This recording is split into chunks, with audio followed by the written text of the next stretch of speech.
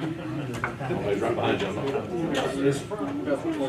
The two columns here, the two columns are the 2 years. He's just to show you how much you in a year. At the end.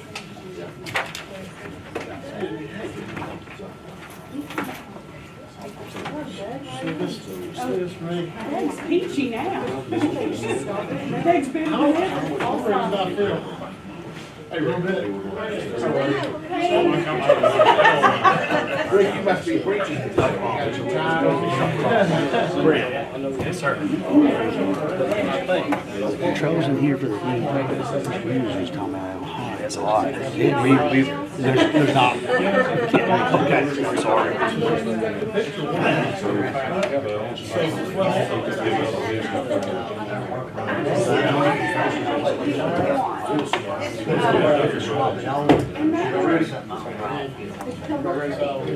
Should probably be here in a minute. See the line on the projections from?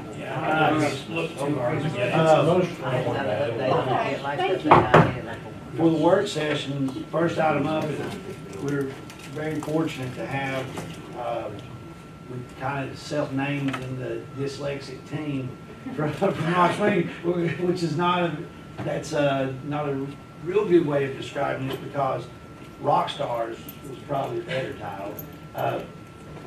When I first started, Ms. Dinsmore invited me down. They were going to be doing a training with the teachers on the characteristics of dyslexia, which is part of the new TISA funding formula.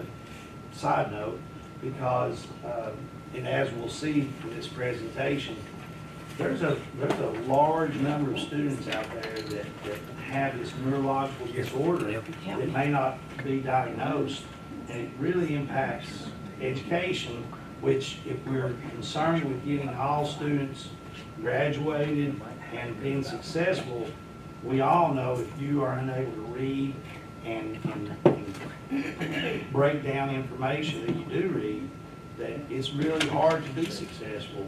So, and I won't share any statistics because they probably have those embedded in their presentation. So I went down and I was unaware of a lot of this, sat down, started doing the training. Within 10, 15 minutes of it, I was so frustrated that I felt some of the frustrations that the students experience that have this dyslexic neurological learning difficulty. So at the end of it, I was like, we got to do something with this. It's got to be shared. Everybody's got to hear this. So they agreed to do it for our leadership, for the principals and our central office staff. So we set up a day, they did it there, and same thing, everybody in the room was like, oh gosh, all our teachers everyone needs to see this. And we had principals who were sitting there really frustrated, and I won't name any names, Jonathan Fields, but he was really getting frustrated at this, and you know, that goes back to, if we were frustrated, just imagine what a 6 and 7-year-old is feeling like. And so from there, they presented to every elementary school and one middle school in our district already. And one of the resounding things, not getting too much of y'all's info, was what do we do now? You're showing us, we're aware of it now, and we know what we've done, and we want to do differently, but what do we do?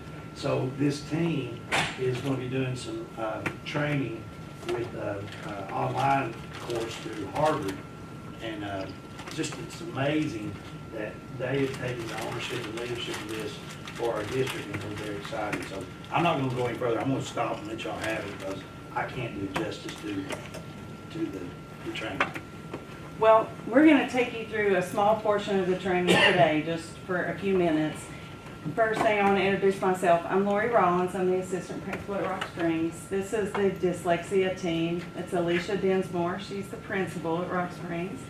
Tracy Huffman, Katie McGee, Karen Dean, and Jackie Setta. They're all teachers at Rock Springs. And so we feel very passionate about dyslexia and have learned throughout. So I'm going to take you through this little presentation. Dyslexia is a learning-based disability. It's a cluster of symptoms which results in people having specific language skills. They have difficulty with it. It affects spelling, it affects writing, pronouncing words. Students have problems identifying the different speech sounds that go within a word. It's referred to as a learning disability because it can make it very difficult for students to succeed academically in a typical instructional environment. Between 70 and 80% of people harboring limited reading proficiency suffer from dyslexia. 1 out of every 5 students have a learning disability centered on language. 15% to 20% of the total population, and dyslexia is the most common. We related that to ourselves by saying we have approximately 420 kids at Rock Springs. 68 of those are dyslexic. So that is an entire grade level, 1 out of every 5. That's an entire grade level. So we decided we really need to target these students. We're missing things with them. These are some misconceptions. It's a misconception that students will read backwards. Their spelling is going to look very jumbled. They have trouble with spacing. They have trouble remembering the letter symbols for sounds and a letter pattern in a word. There is no cure for it. Students learn to compensate for it, but they will never be cured. They do not have a lower level of intelligence. In fact, the complete opposite is true. Most of these students are very smart. Dyslexia can be cured with more reading at home, glasses, and medication is a huge misconception of families. So the general issues are students have trouble learning to speak, learning their letter names and sounds, the written and spoken language, memorizing number facts, reading quickly enough to comprehend, spelling, keeping up with longer assignments, and correctly doing math problems. It affects you across the board. We found that our students at Rock Springs and elementary age students have difficulty remembering simple sequences like counting to 20, naming the days of the week, reciting the alphabet. They also could not understand rhyming words. They didn't know that words begin with the same sound. They pronounce things wrong. They have trouble clapping hands to the rhythm of a song in music class. They have difficulty remembering spoken directions as well. And names of people and places are a very difficult thing for elementary age. We have seen that all the way through middle school, students have trouble keeping up the beat of the instrument. It affects their spelling. It makes it hard for them to proofread their work. Often the same words may be misspelled differently in the same essay that they're writing for a class. They have trouble sharing ideas in an organized way. They have trouble finishing assignments within a time limit. They cannot remember the correct names for things, like if they're presenting in front of a class. They cannot memorize written lists or phone numbers. And then they have trouble with directions. They don't know how to tell left from right, up to down, or reading maps like in social studies class. As they get to high school, we have researched this a lot and realized that students often struggle with spatial concepts and related things like driving and navigation. Those are problems with them. They might still confuse left or right and up and down. At school, it can look like trouble with reading charts and graphs or math. They struggle to learn a foreign language, which is often a requirement. Often, students have difficulty organizing and expressing their ideas. And then they have significant effects on their emotional well-being. And this is a major thing in our world right now. It causes anxiety, anger, poor self-image, and depression, which leads to social and family problems. College applications are truly overwhelming for dyslexic students. It leads to delays in starting college or never starting at all. The school dropout rate for dyslexics can be as high as 35%. That's twice the national average of the school dropout rate of many countries. 27% of high school dropouts have learning disabilities. We're missing the boat. So according to Yale, it's true that 50% of NASA employees that work there are dyslexic. And it also is true that 85% of prison inmates are dyslexic. And we're going to give you a notebook that you can look at. It has a wonderful story from an inmate who was diagnosed with dyslexia in prison, and he got out to get a job and ended up being he made a lot of money in Hollywood. So it's a pretty interesting story. Walt Disney, Richard Branson, Steven Spielberg, Charles Schwab, Ted Turner, Henry Ford, Steve Jobs, J.K. Rowling, Tom Cruise, and Tommy Hilfiger are all dyslexic. The list goes on and on. We just had to stop it there. Children that grow up in poverty are 40% more likely to have a reading and language learning disabilities. So that's one of the things that we unpack in the training for the teachers is at the end of it when they're very frustrated and we say to them, the first thing you have to do is love these children because they do go home to problems at home and difficulties. And when you couple that with being dyslexic, then it really puts these students at a major disadvantage to want to come to school or learn. So when the correct teaching methods are appropriate, children with dyslexia can successfully learn in 90% of the time. Even J.K. Rowling wrote her books with the accommodation of speech to text. I think that is very outstanding.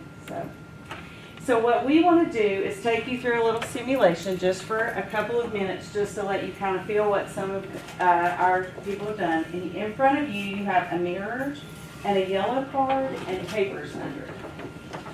So if you will, take your mirror and you're going to do like Mr. Hughes and you're going to put your mirror in front of your papers where your yellow card because you're going to need your, give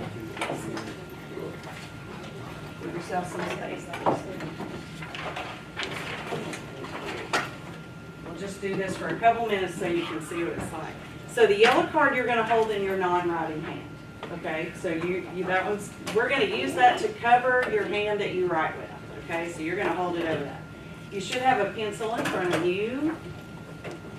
I need a pencil right here. Oh, he's gone. Okay, he's gone. All right. So the first thing that you're going to do is we're going to trace in between the two stars. Okay? And you're going to cover your writing hand with the yellow card, and you're going to guide yourself by using the mirror. So you may have to tilt your mirror to where you can see what you're doing. And you are going to trace in between the two. So you're going to want to start, there you go. You want to start in between, and you want to make your own line. Go right in the middle and draw down. See what I'm saying? You guys just made this up as fortress, didn't you? Try to draw really straight. You have to look at your. You're looking at the reflection. There you go.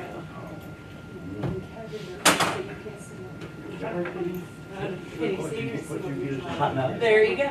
I'm not. There you go. Now do the thing, girls. Can be me. Now, when we do this training, what we do is we come around as teachers and we pat you on the back and we encourage you and tell you that we believe in you and you can do this. As you're trying to make the turns, there you go. And I'll give you a little hint. Mr. Carter did this with his tongue stuck out all the time. And he did it with the principals. And the announcements. We do announcements, we simulate announcements as we do this to create the aggravation and the distraction that students with dyslexia feel when they're in the classroom. So for time's sake, we'll stop there. You kind of get the point. I want to give you a little math test though, so we're not going to stop completely. But the star, what did you all determine was the hardest part of the star? The turns. The turn. So when we do this, this is going to show you that students with dyslexia have trouble with the kinesthetic motor memory that we have when we form our letters and numbers. And the star simulates trying to draw a straight line, and the turns are the hardest part for it. So how many of our letters and numbers have turns? So let's try, just for giggles, let's try the math test here. Okay, so if you will go to the next paper, it's a lined paper sheet. And on that lined paper sheet, now we're a primary student here, so what we're going to do is we're going to write big, okay? You're going to go from bold line to bold line. And when you need to go to the next line, you just go on to the next line. You don't have to ask permission. I am going to dictate numbers to you, and you write them, same concept, covering your hand and guiding yourself in the mirror, okay? All right, the first number is 9. Bold line to bold line.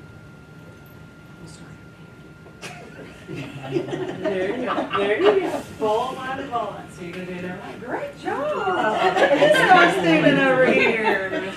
Okay. The next number is 7.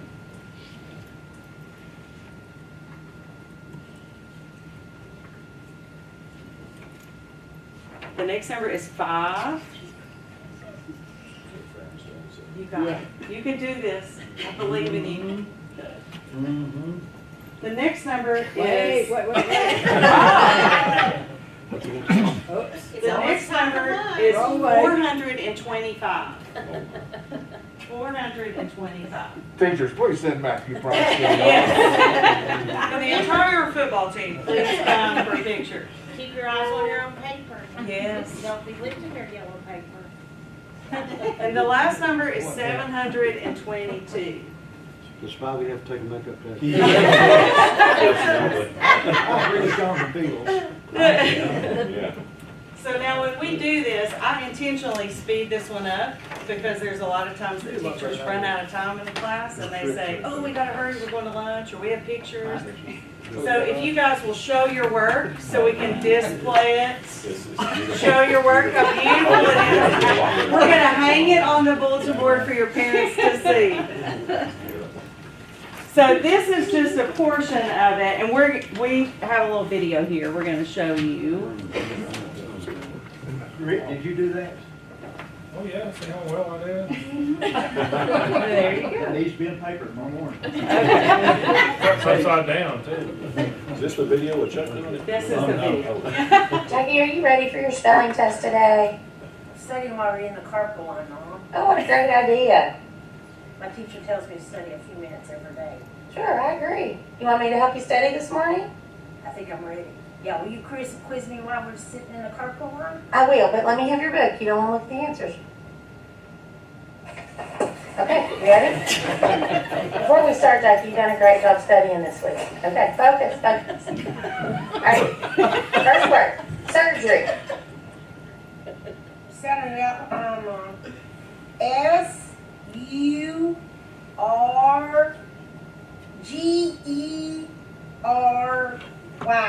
Fantastic. Why? Because I love spelling. Of course, I bet your spelling teacher appreciates that.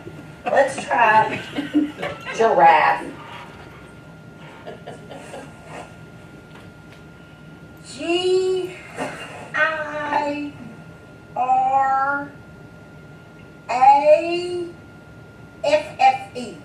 Fantastic.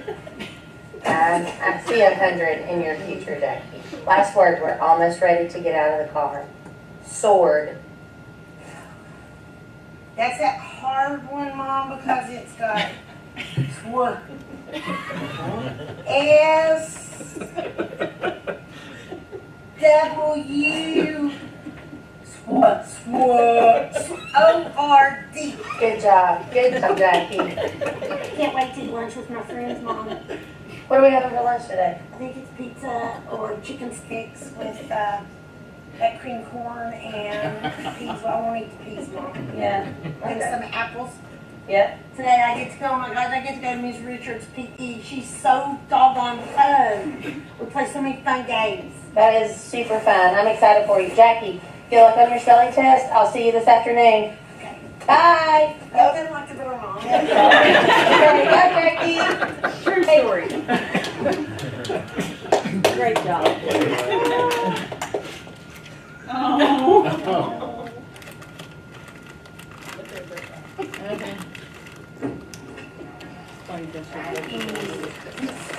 What's wrong? Study all night for the week. Let me see And I it. still can't pass my spelling test. Let me see it, Jackie. I tried really hard. Oh, I am so sorry. I can tell you turkey is T-U-R-K-E-Y, but my teacher don't even think I study. Oh, you know what, Jackie? You studied really hard. You knew your words. I'm going to call your teacher and see what we can do. Miss Springs, I understand, but she don't believe me. I don't think I can study. I think, Sir, it's an R. You did, and I know that you did, and we're gonna contact her. We're gonna fix this, okay? Don't How worry. many times since my papers haven't oops on them all? I know, Jackie. And that's okay. We're just gonna talk to her. You tried your best, and we're gonna figure out what works for you. I lost my bow, my hair. That is okay, it's in the back. Working. Okay, we're gonna talk to Mrs. Gray. Oh, let me get help. Okay, all right.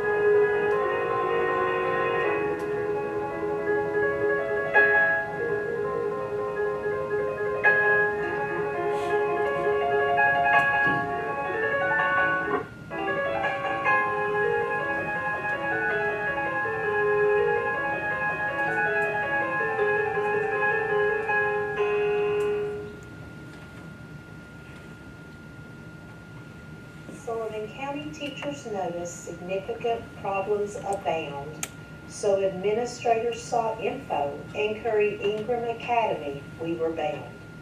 We hopped in our cars excited for new information because dyslexia statistics is growing at a rate across the nation. We listened to experts and many facts we learned. A fire was lit among us to share with others as we returned.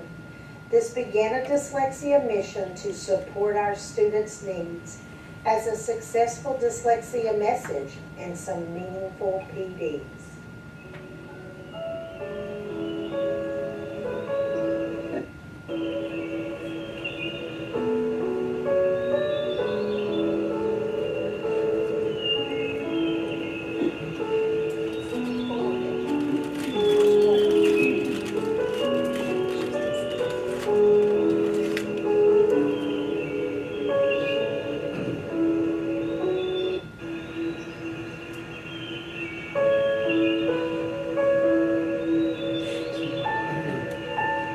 This is what it looked like when we did our trainings. We had approximately 60 people at a time in the gym, and the noise level got very loud, and so it simulated a day in the life of a classroom. My station is Learn to Read. The intention of this station is to simulate a beginning reading task. The challenge is to associate symbols with speech sounds in order to read, to decode words on demand with limited instruction, and comprehend them in front of your peers. Okay, Dean, I have Station 2, Listen to Me. The intention of this station is to simulate difficulty with listening or attention. The challenge is to discriminate essential information from non-essential information. This can be difficult not only for people with dyslexia, but also for individuals with attentional problems and other auditory processing problems. I'm Lori Rollins. My station is called Write with Mirrors. This station is a visual motor task that simulates the difficulties students with dyslexia Look at their often faces. have in writing letters and numbers. Huge aggravation. Students with dyslexia may not have the kinesthetic motor memory for the unique sequence of movements needed to form each letter and number. They don't know where to place the pencil to begin, what direction to move, and where to end. Think about how many of our letters and numbers actually change directions. This is Jackie Seto, and the name of my station was called Name That Letter. The intention of this station is to simulate the difficulty a struggling reader may have distinguishing visually similar letters such as B, D, G, P, and Q, and associating them with their correct names and speech sounds. The challenge is to quickly decode words containing these confusing letters while also comprehending the passage. Hello, my name is Alicia Dinsmore, and I conducted Station 5, Right or Left. The description is, the intention of this station is to simulate how difficult handwriting can be when letter formation is not automatic. The challenge is to use your non-dominant hand to perform paper or pencil tasks to simulate the frustration that students may feel. I'm Katie Mc. Name of my station was the Unfair Hearing Test. The intention of this station is to simulate a difficulty in discriminating phonemes, which are the individual sounds within words. The challenge is to spell words correctly when the dictated words are difficult to hear. This is not to imply that people with dyslexia also suffer from hearing loss. This is only to simulate the challenges discriminating sounds within the language that students with dyslexia may experience.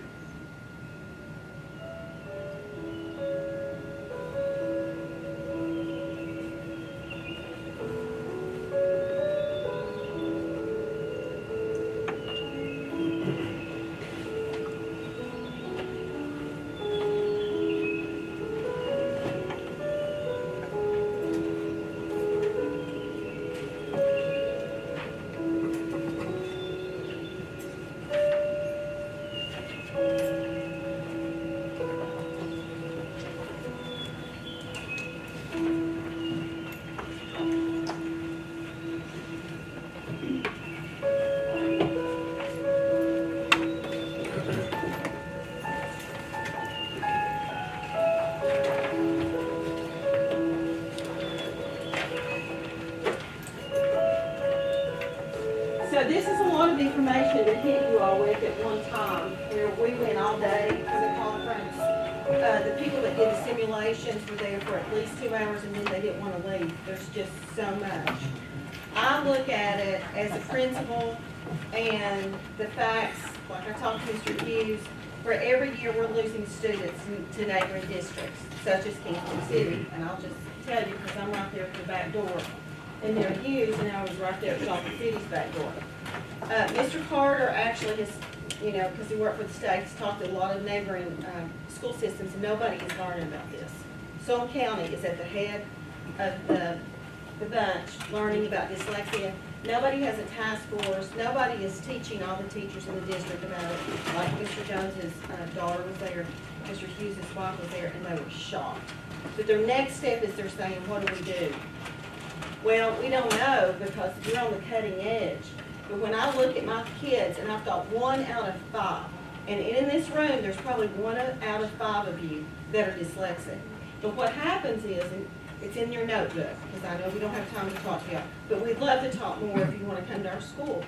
But with facing this, we have all this great curriculum where Kathy works, CKLA and Engage.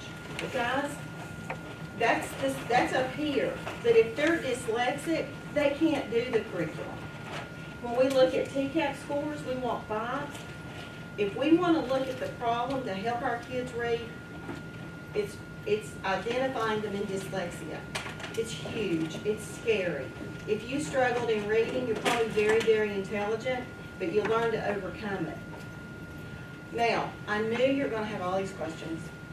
So in here, what I said, it doesn't have to be this way. And what I did, because I'm very competitive, I also went and looked at what are these schools, like private schools and charter schools, are advertising. Why are they getting our kids? Because I lost a lot at Rock Springs this year to private schools. And they also smaller classes. We look at children with dyslexia. And I thought, well, as us now are on the cutting edge, we can say that too. At Rock Springs this year, we have a transitional class. We were going to fail 10 in first grade, 10 in kindergarten. And we're thinking, they're not failures. After we went to this, they're probably very smart. So we have a transitional class. It's a tab in your notebook. The teacher is trained in Orton-Gillingham, which is a method to strongly work with children that suffer from dyslexia. And I used title funds. Sarah helped me, and we were able to pay for that. She has 10 kids, and I've got your data in there, how far they've came. But they're targeting that small group of 10 children in that classroom. And now she is seeing, by being trained, the students in her classroom, they're growing. They're learning because she's using different methods. We'd love to talk more for you, with you guys, and welcome for you to come, and we'll sit around the table. I'll cover the classes, but I also see a way that will help this district get our kids back. So take that home with you. Feel free to contact us. We also have pictures of a couple of little kids in there, and I've got their pictures. You will see their graphic organizer. This is what the student actually was thinking in his mind when he was writing about gods and goddesses. And when he did speech to text, That's what he it is. said, I'm so grateful. It actually says what I wanted it to say. And then there's another student that when he wrote it, it looks like this top. But now that we've given him that accommodation, we can actually read and understand, and he is regurgitating the information that is being taught. So this is not clean and perfect, because I wrote in it, because I know as a teacher, when Ms. McGarry would go to faculty meetings and she'd come back with notes all over the place, I appreciated that so you'd understand. So I tried to do that for you guys. But if you have questions, you come to our house anytime the door's always open, and we'll sit down and we'll look at this. But I'm just looking at, as there was a board member looking at every school, if they had that transitional class, guys, we could help our teachers rise. And one thing, real quick, Courtney went to a meeting, Murray, who's doing this, she went to a meeting, and the presenter there said, I just strongly emphasizing the importance of Orton-Gillingham. She was from Johnson City Schools, and they use it. And they're competition. They're doing it, and it's working. It's more than the curriculum. It's diagnosing the child and pushing them and making them feel confident. It's all in your notebook, though. I would like to add, I went to the entire presentation, and you got, what did it take, about an hour maybe, to go to 2 every hours. station? The most eye-opening thing I've ever seen. I guess one of my questions would be, what will we do to identify those 1 out of 5? How will we go about, do you have some thoughts about how we will go about identifying those children? I mean, your school seems like you're ahead of the curve. What do we do? Well, that's a long process. Like Julie Matney, we can have suspicions, and then she'll come do a screener. But what we're finding out, and some counties just don't own it, you have to purchase it, but there's better screeners. And we need to start, that's where we'd love just to have, I know y'all gotta hurry because you've got 20 minutes, and we're over. But there's better screeners out there to identify those children. And main thing is that we have learned you've got to get them when they're in kindergarten and first grade, because the dropout rate is enormous for kids in high school that just give up because all their life they've got that teacher saying, honey, we worked on this for days, you should be able to do this. And the teachers and the principals were ready to walk out right after we had finished. Can you imagine 7.5 hours a day hearing that for 12 years of your life, or 13? You give up. And what is so interesting, in that article I put in there, that prisoner talks about how they diagnose prisoners. That's one of the things they test for when they get them. Can they read? And most of them cannot. And they give up. So I just think as a 41-year veteran in Sullivan County, this has never been discussed. And I think as a teacher, what I said to my kids, I'm guilty, and we all said we were guilty. But this is an opportunity for Sullivan County to be on the edge of something ahead of everybody else, which I love. And we'll be glad to help you on anyway. One of the things that stood out in that class was the simulation of distractions that they had. They had somebody talking on the intercom and making announcements, and one of the ladies came by and touched me on the shoulder and said, "Your arrival," and I would have never thought that would have bothered me. Lose your focus. 2 minutes You lose later, your I was focus. still trying to get back on track, so. But we'd be glad, even if you wanted to do the whole thing, then you're really gonna understand it if you wanted to come, and we'll stay after school or whatever to do that with you all. Just a quick question, you said a new screener, is that like a new computer, or is it, I mean, what is a screener? I mean, what are you talking about? Well, the screeners that we have doing our research, there's one that University of Tennessee is getting ready to put out, and it's called the Todd. And, you know, we are doing this training next week, so we hope to learn more about it. The training is through Yale. They put one out. Pearson also puts one out. Our question is that we're trying to learn about is who all is qualified to do the screener? Like if we train some teachers at a low level, could they do the screener, or does it have to be done through a school psychologist? And those are questions that we do not know. And I think that is a question for Christy Robinette and the special ed department. But I do think the ILPDs that we're creating this year for students gives them accommodations, and those are targeted to dyslexia students. And it gives them accommodations in a classroom, but what it doesn't do is help them on state testing. It pulls it away. So if they are not identified as special ed students by the time it gets to the TCAP test, then they're going to fail. They're going to maybe fail third grade. They're not going to pass the test. And then are we going to retain them? Or it's kind of a domino effect. So that if we could get the students identified faster through a screening process, and I think that's a county decision to figure out what are our next steps with dyslexia. I think the main thing that you can remember is the picture of this iceberg. And it was at the end of the book that we've ordered that we're going to study. And it says, compare dyslexia to the iceberg, 90% is hidden underwater. That's scary. In all those years I taught. Boy, I didn't get that name, I couldn't hear that. What was the name of that program again? So there's one called the Todd, and it's a screener, it's TOD. And it's University of Tennessee came to our conference, and they are producing their own dyslexia screener.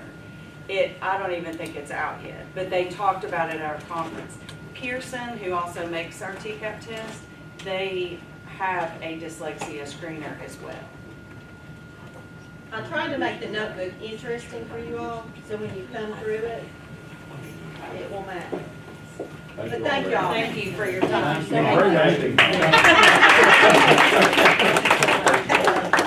We have a makeup test for you. Yeah, you just, as everybody's on their way out, one additional thought that relates to the TISA funding.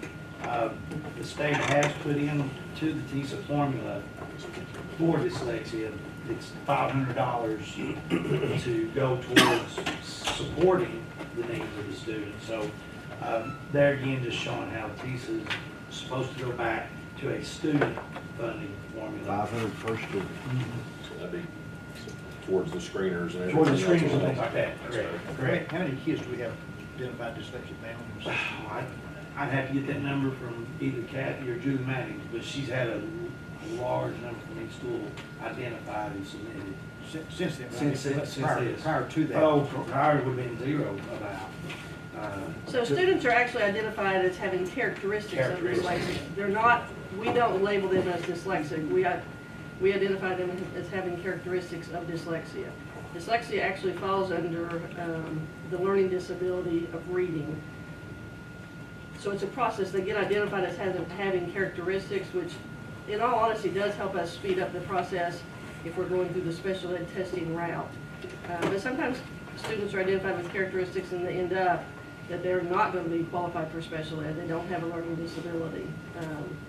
But we don't technically test or label anybody as dyslexic. We identify them as having characteristics of dyslexia. And that's what is identified through the screeners. Tennessee, at one point, didn't even recognize dyslexia as a learning disability. Oh, that, just a couple years Just a ago. couple years ago. Just a couple years Right. ago, that wasn't. Right. Wasn't even on the There's radar. been a lot of lobbyists, and truly the state of Tennessee following some other states who've kind of taken the lead in this cause, but Can I ask you an unfair question? go ahead, because you're going to, I think. What they said, as far as not knowing who has to be able to identify and run those screeners, have you looked into that at all? So screeners don't have to be given by a school psychologist. A school psychologist does have to be the person that identifies learning disabilities or any of the other 14 criteria that label a child as a special ed child. That has to be done by a school psychologist because there's a lot more than just a screener. Screeners can be done by anybody that has been trained on how to actually administer the instrument. I don't know about this University of Tennessee screener yet. But like, for example, Julie Matney, who does a lot of our work, she is trained in using the screeners that we're currently using, and she's not a school psychologist. So it would actually at least identify for the school psychologist to do their part. So I mean, that's what the screeners kind of do now. Right. And that person doesn't have to be, or at least the ones that are out that we've been using, that does not have to be a school psychologist that does it. I don't know about this University of Tennessee one. They'll have their own parameter. But to be identified for funding purposes, school psychologists would have to be the ones certified learning disabilities, is that correct? I think Kind of. So when a student is given the screener, if they qualify as having characteristics of dyslexia, then we actually have to put that, we record that in Power School. That's really where the state's drawing their numbers from as far as who has characteristics.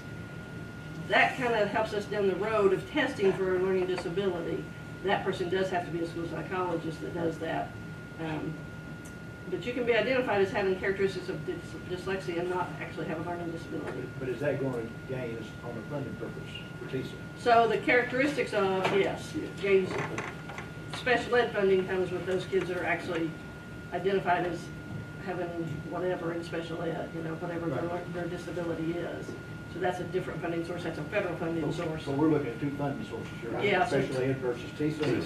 Characteristics is a TISA, and if you're actually a special ed student, that's a federal funding source.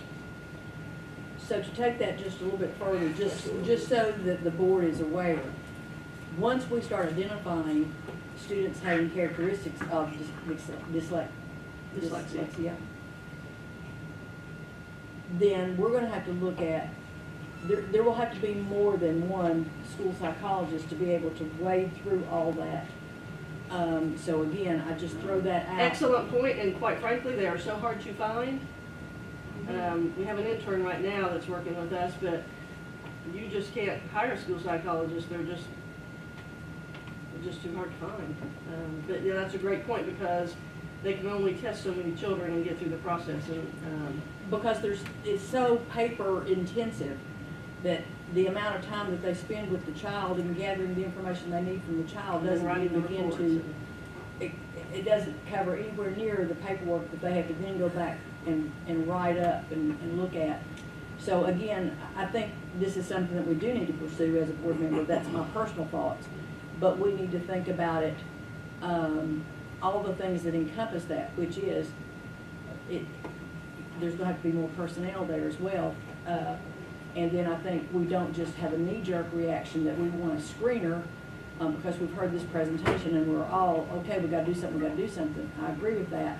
But I think we need to make sure that we have done our research to make sure that we get the right screener to help us the very best, not just a screener and then next year we find out everybody else has got this other screener over here and it's better than the one we had, so therefore we've wasted the money here because we didn't put in the research that we should on the front end.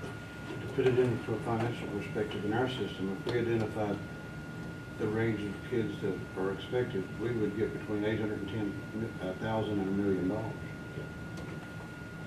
based on 8,100 kids.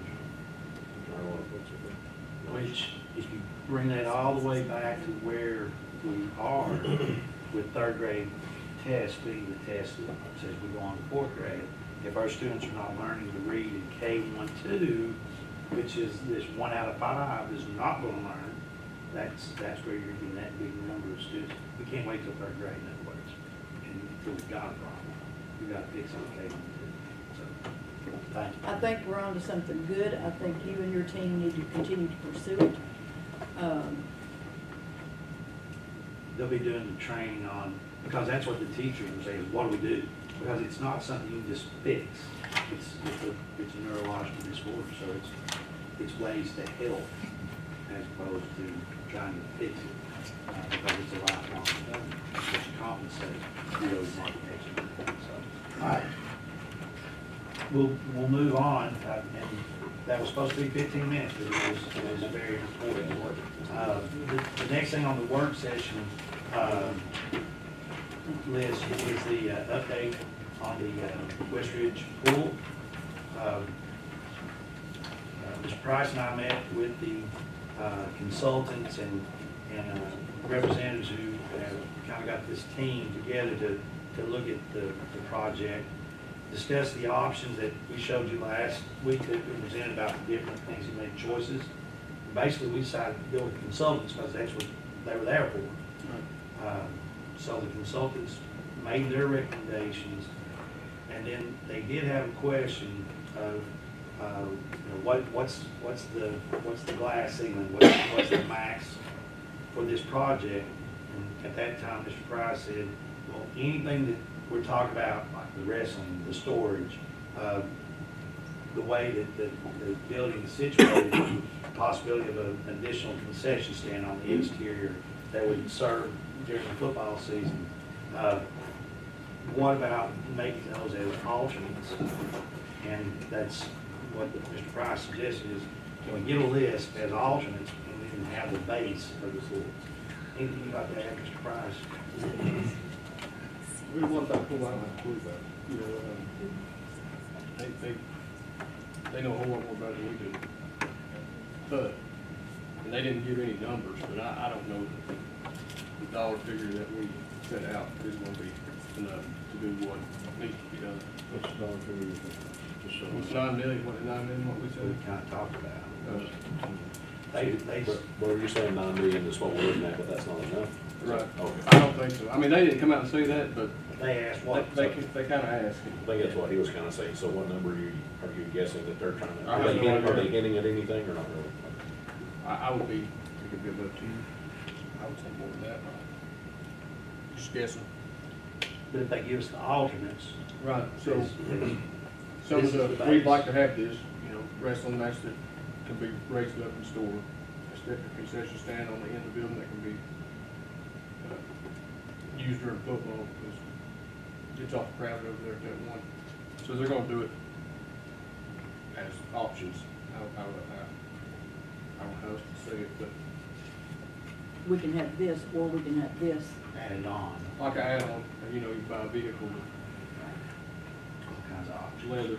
Here's your base, but Right. So that's a continuing conversation. We'll be meeting back after this. They want us to come back and kind of give them an idea of if that was still move forward and with the idea that it could exceed the 9 million. So, any questions or conversation there?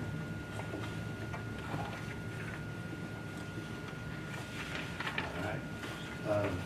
On the access driveway, you do have an email that Christie sent later this afternoon that gave you access to the work that's been done on the driveway there. There's 2 things that have kind of been changed, or not changed, but added or changed. On the parking lot that we're proposing, they put some gates on those parking lots to kind of shut them off if they weren't necessary for all events.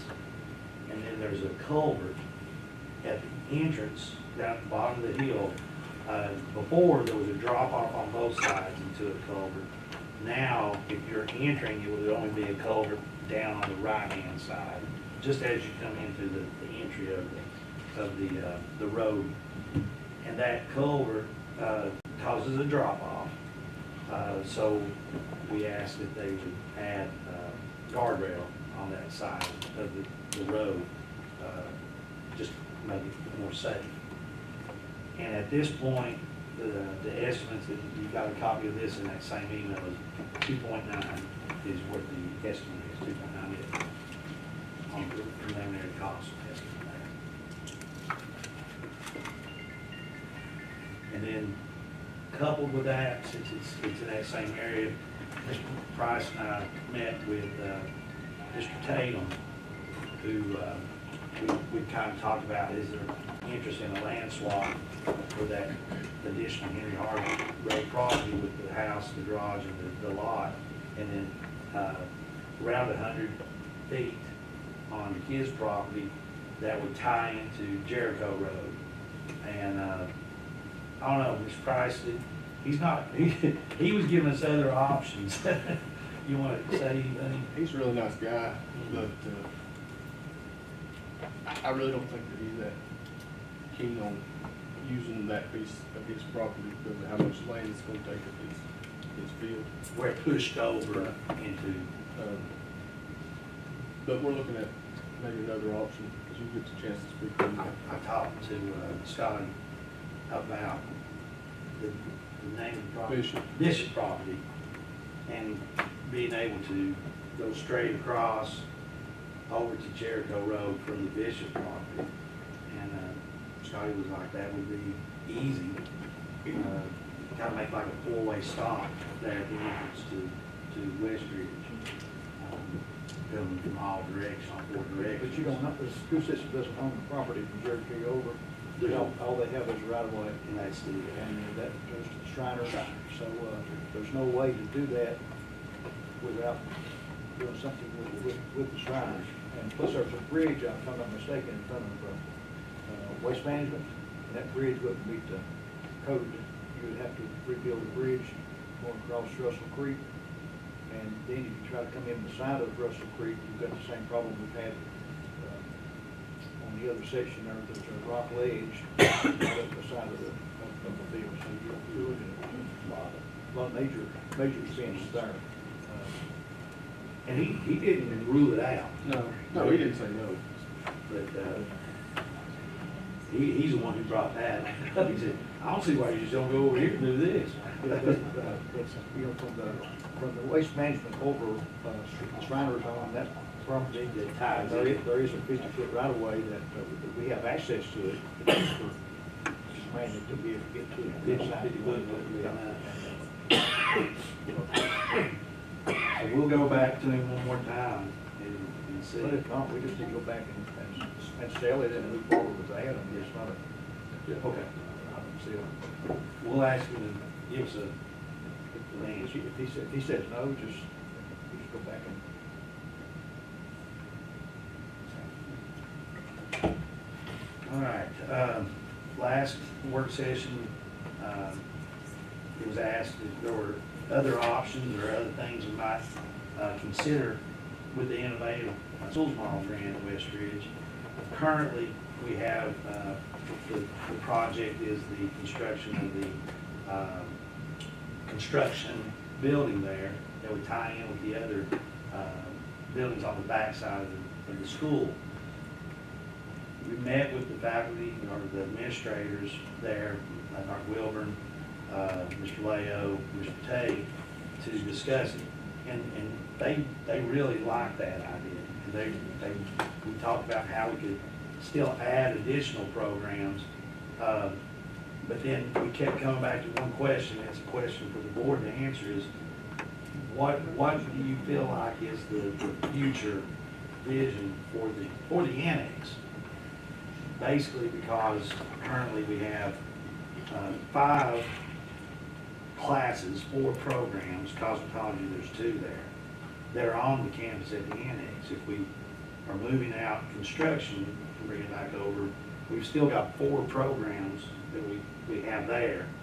And so if the vision is to move everything off of that campus eventually, then, you know, the project there at West Ridge is of course a no-brainer, and we continue trying to make these new programs happen on the campus of West Ridge. Engineering being one that's in high demand that we currently don't offer, that we could possibly make happen on campus, or we could do it at the annex if we're going to keep the annex going and everything.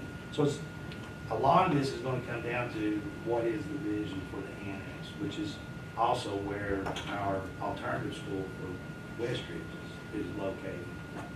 So other than the construction, you also have what's currently an HVAC program, which is probably more in demand for the electrical, plumbing, and the M. Mechanical, electrical, plumbing, MEP. Thank you, went blank there. There's a digital arts program that's housed at the annex currently, and then the 2 cosmetology programs, and then the construction. So, did I leave anything out? I think that was it. So, what are we going to do with those? The digital arts, that's the second one, is it? That's the second one. Is that Flannery explains that Yes. she has to annex to it? Yes. Right. Arwood, is that the? That's Main the campus. showroom, right? Then both cosmetologies are there at the annex. Then the MEP is there. And that's it. We have I special guess I education. kind of started this last month just asking, I mean, because if the whole plan was to build a building to move construction from the annex to Westridge, okay, but it just seems like we could use that to add the 4 or 5 classes or add 3 options, and that's why I was asking. I mean, is that even a thing? And it may not be the wiggle, it may be what everybody wants to do is exactly what we're doing, but if all we're doing is relocating, it's not very innovative. I mean, it's sort of, we have an engineering and we have some options, and I was just asking, I mean, is there a way to do the same thing, but build that same building, but put 3 or 4 classes in it? But the survey that was done prior to construction of Westridge, if I remember correctly, general building trades, which is part of what HVAC and construction and those type of things are, was one of the high demand areas. Robotics and some of the others, there's a sheet out that shows the different colors, and I think robotics was right below aviation, if I'm not mistaken. Do you remember, Brent? I don't remember, I'm sorry. But the aviation was down in the ones that was going to be added because there was a sheet put out showing the number of courses that were going to be moved in Westridge, and it was showing the ones that would be added, and aviation was the second one, I believe, that was going to be added, and robotics was another one, but the general building trade was higher than that. Yeah. And the survey also showed that the high demand areas is plumbing, electrical, HVAC, and basically carpentry work now, is it not? And that enrollment has stayed high during the year. I think that we're 3 years into the magic. Enrollment's not been great here recently in one of the construction classes. I think it's been steady. You know, I think there's definitely an ask for it. You know, and the truth of the matter is that you don't know. All this is tied to TISA dollars. We all know that. You know, the enrollment of the students that go into those programs, it makes a difference. Moving a program from the annex over to Westridge might make a difference. The enrollment may not. You know, so that's hard to judge or tell. I think we're going to have students in that program no matter where it's located, to be honest with you. I think it's successful enough, and I think there's enough desire for it that it'll be fine. It'll survive out of place. One thing that we do need to think about it and consider right now with that project, with the estimate of the project and the architect fees, we're at $996,400.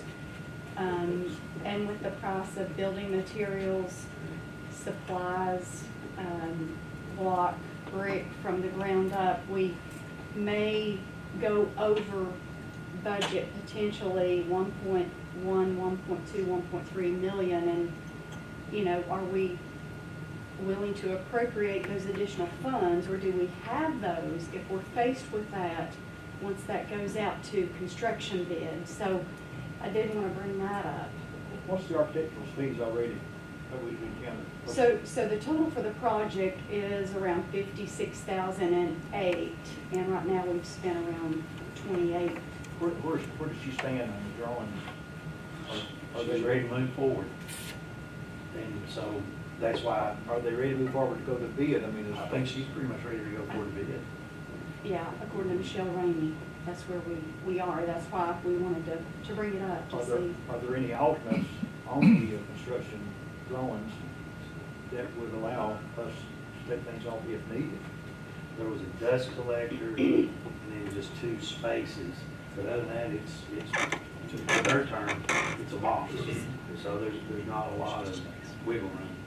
So I mean, and just asking because I don't understand. I just want to make sure I understand it going forward. But so, yeah, construction's great. I mean, we definitely need to have as many of those options as we can. But by building this new building, are we adding any options, or are we merely relocating? We had talked about, the only option I think technically that we'd be looking at adding long-term would be the masonry. It's something that we want to see come into play, because that has been a desire that we've heard from local business and industry. Electrical is, we want to lean into that a little bit more. I don't know if you could say we really have electrical right now in the MEP. And so that was another space we'd like to occupy. And electrical, I think, was way down on that list. If you go back and look at the survey, as far as new quarters, it was not as high demand as you would think. Right. It was more of the plumbing and the construction. Right. Masonry falls into the residential and commercial construction curriculum. It's just we've not taught a lot of that, so that's how we want to expand and grow that program, because we're hearing a lot. Part of that is you have trouble finding a masonry instructor, if I'm not mistaken. Masonry is very difficult. J Street had a conversation with us about the masonry piece, just in that, you know, they were hiring masons from outside of our state just to have enough to come in and get the work done when they were building Westridge. So they made that pretty evident that's a problem for them. Charlie Hoover was the masonry instructor at North for years. The very best in the state of Tennessee. Absolutely. And some of his students are top notch now, the ones that absolutely. Actually, they won awards, if I'm not mistaken. I'll get his name later. Yeah. But it's been a successful program over the years. It has been. When you're that successful, the program's going to do well, so yes. It makes a difference.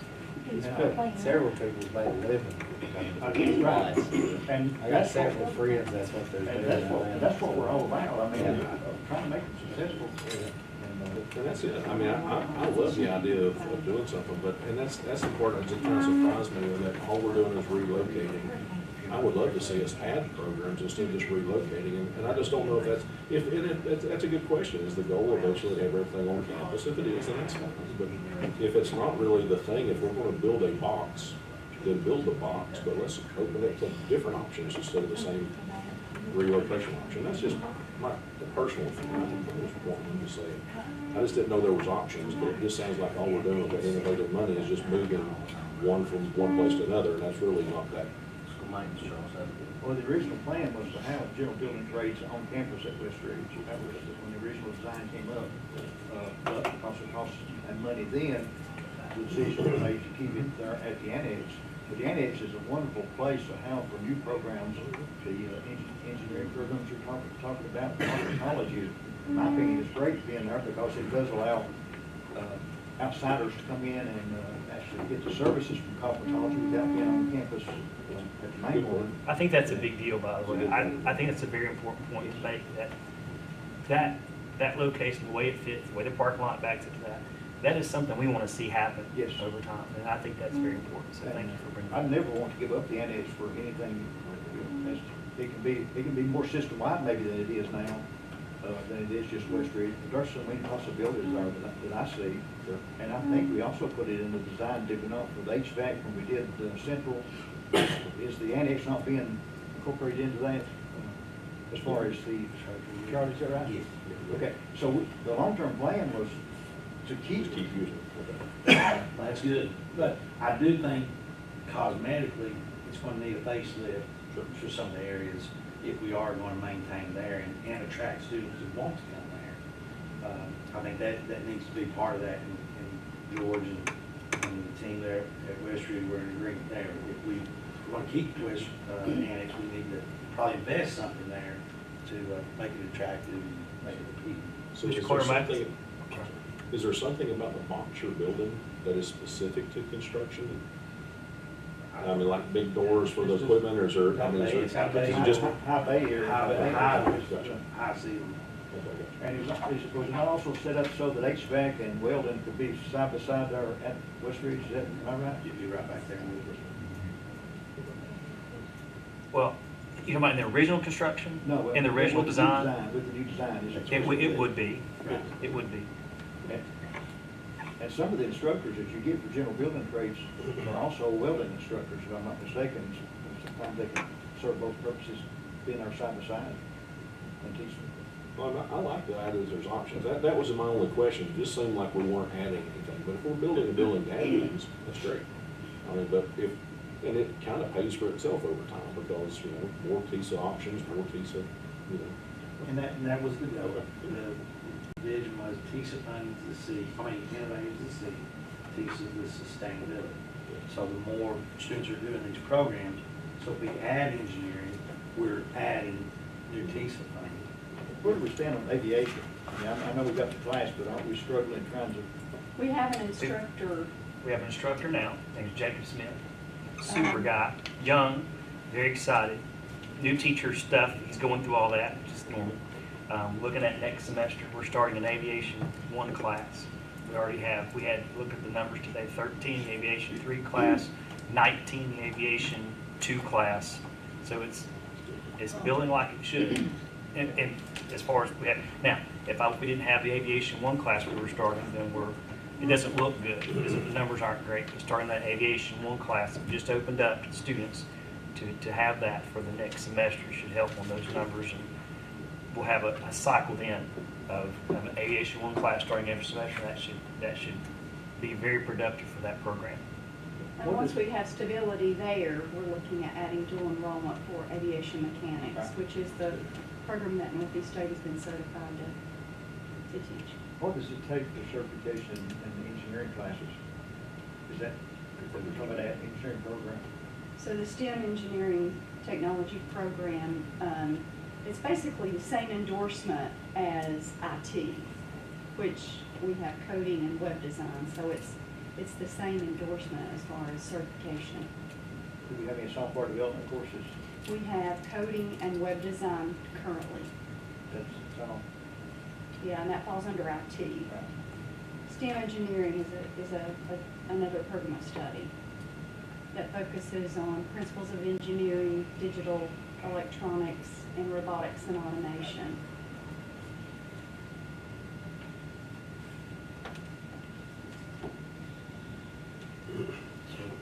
Sounds like we're still good to go. Be it can get one night meeting or something. Oh, yeah. So that is important, Ms. Madge. We need to make sure what the bid is, because there's not a lot of options to cut and reduce. All right. The next topic, we brought this up at the last work session as well. The Sullivan Gardens, former Sullivan West middle lease option. We did have kind of a tour that was available. I know some of the board members were able to meet Mr. Hubbard there and go through the building. I know Mr. Steffi is here this evening, just observing and listening in, but available if there were any questions. But I guess we're at a point, we said we'd come back after we looked at it and have a discussion about if that was an option to move further and move forward with. So any conversation on the Sullivan Gardens lease opportunity or option?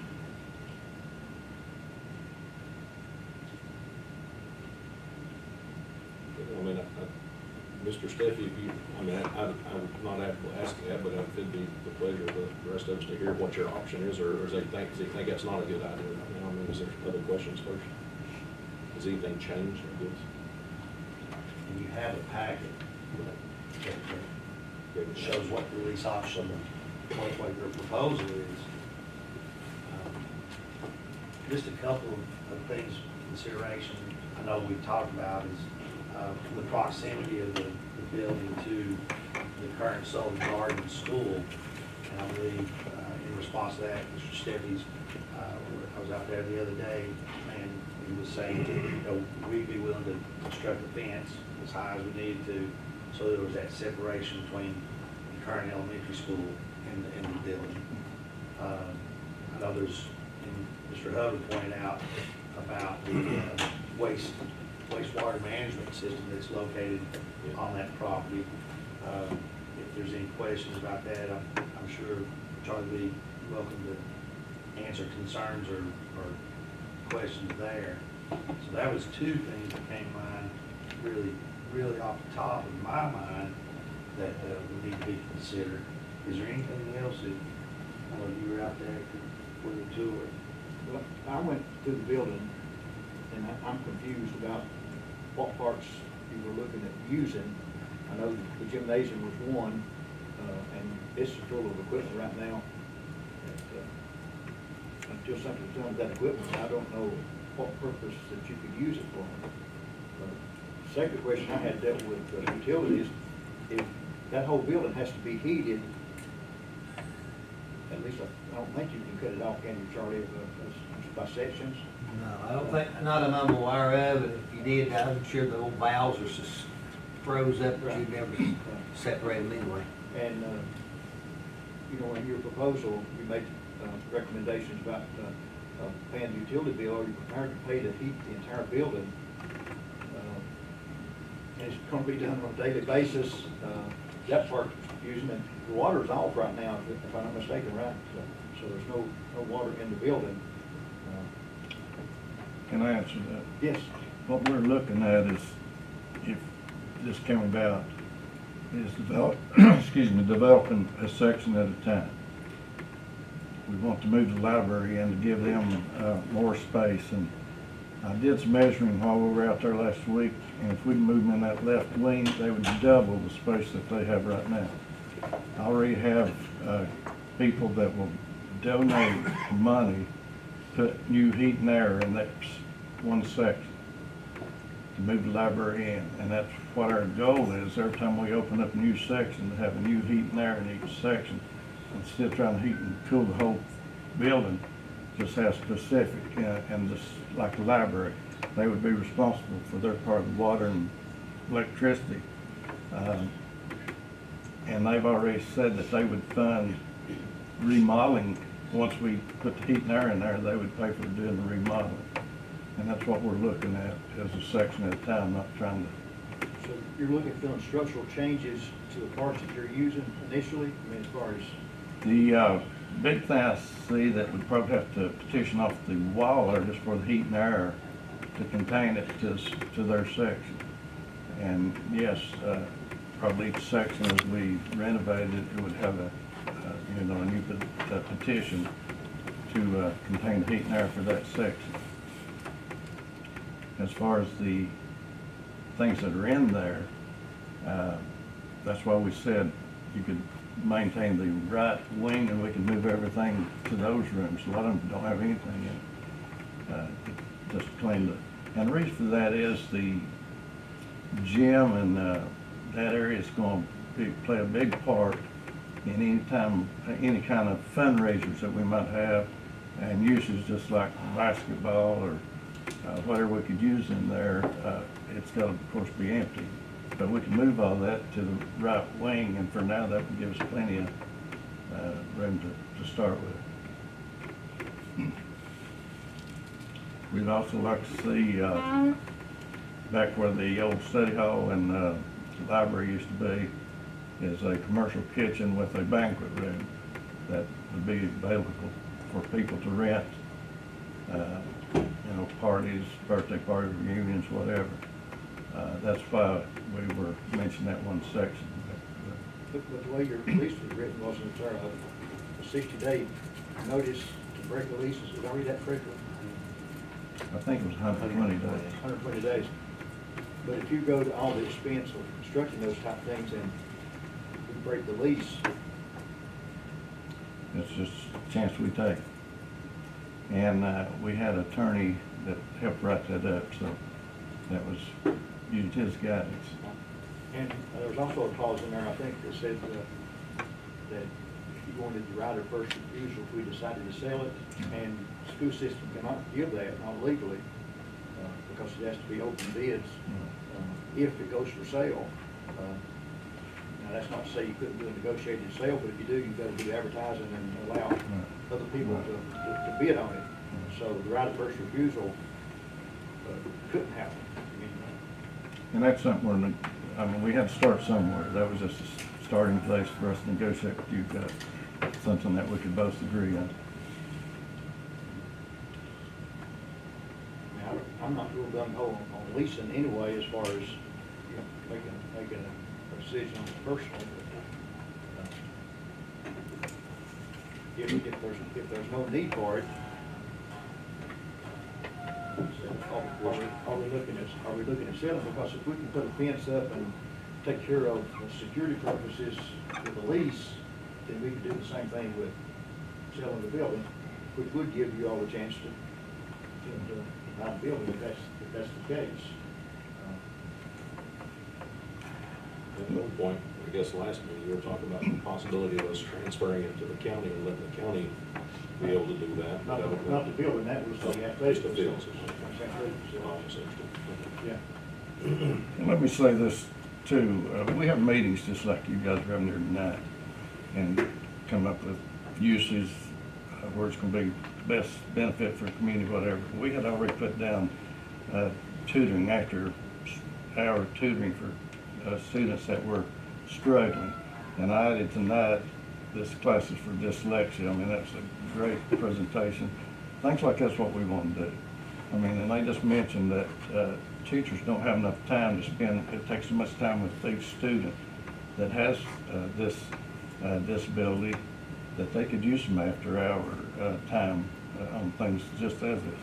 Our office manager actually has a granddaughter that's dyslexic, so I'm aware of that. So I did make a note that that's with the after-hour tutoring, we could try to have something like that as well. That's our goal, is just have things that's going to be there for the community, to better the community in the area. I think the goal to help the community is great. That's not the...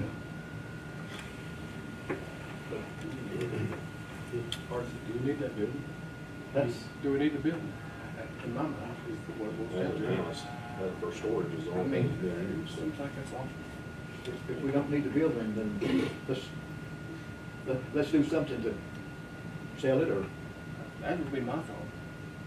I mean, legally we can lease it, but if we lease it, why are we leasing? What's the future plan for it? We still have to... I agree with the selling, but also know when you go to put it up, you don't really know what's going in. Yeah, we may end up with a bread factory that doesn't make bread. Or a wrestling school. But you got the right person. You have to approve the sale of who you sell it to. They can tell us all they want. And Manuel may be interested in, I mean, their group may be interested in the purchase. I mean, so, I don't know. We would be, and the reason we came from lease, because we attempted to purchase and the school board needed for storage. So, and that's why we came up with the lease option, because you could still use it for storage, and we could start where we need to be. So on a side note on the storage, so the other day when we went out there looking at the property, I went with Chuck and Charlie showed us around and looking at all the things, and I had in my mind, it's like at some point you have to be able to say, you put it on gov deals and they get rejected, there's a process that you have to dispose of old things. So Charlie said you should probably call Chris Davis. So I called Chris Davis and talked to her. And she said that, I don't know, the way she mentioned it, it made me think that the laws had changed or the interpretation had changed. And she said that you can give it to school systems around you, even if it crosses the state line. And I thought that was an interesting point, across the state line. So I reached out, which I probably shouldn't have, and I started down this path and I pulled back away from it really fast, but I reached out and asked Scott County if that's something that they do, and they said, yes, we would love to look at that. So they came and they looked and they said, yes, we would be interested in this. So I don't know how much of it, but we're talking with Chuck and just saying, what is the possibility of this, of them taking things that they might do. So there's chairs and there's desks and there's some band equipment and there's just things that we're never going to use. So I know that I went too far, that's why I pulled back, but just to let this group know that Sullivan, Scott County is actually interested in some of our desks and chairs and, you know, the student desks and things that are there. And looking at that gym, you guys know, you say there's probably 500 desks minimum. There's lots and lots of things in there. And the chances are that our system has moved forward past using those desks now. And that they've been in there for 2 or 3 years and not moved, and probably won't until something crazy happens, like a roof falls in or something. So I, for one, would like for us to maybe pursue that and say, if there's a way that we can transfer a lot of things to another group that's going to use it for their kids, I mean, I'm in favor of that. It doesn't have any real value to us, I don't think, and all it's doing is causing us to have a storage issue. So again, I don't really know where to go with that, but that was the process, and I just, you know. As I suggested you the other day, I feel like we need to get legal opinion from Chris McCarty. I left that out, I apologize. I reached out, and he said it is doable. And I think you get that.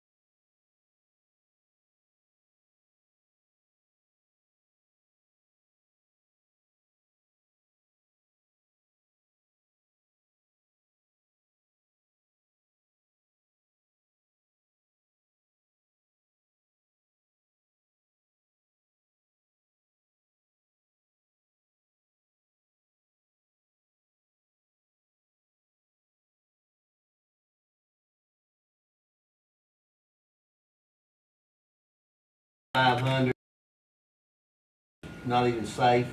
I mean, there's just, the only thing in there that I would want to save is one brick kiln, 1 kiln. Anything else?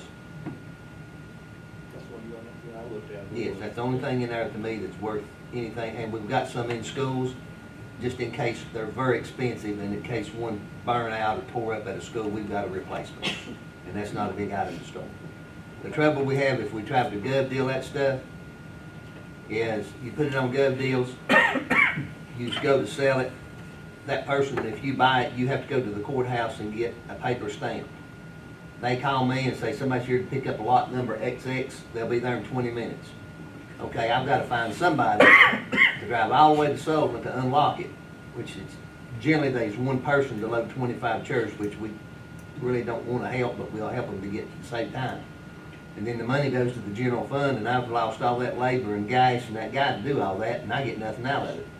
That same thing happened at Colonial Heights, and it was a pain. Sometimes you get back to the shop and they turn around and somebody else go, because there's no time frame when they go to do it.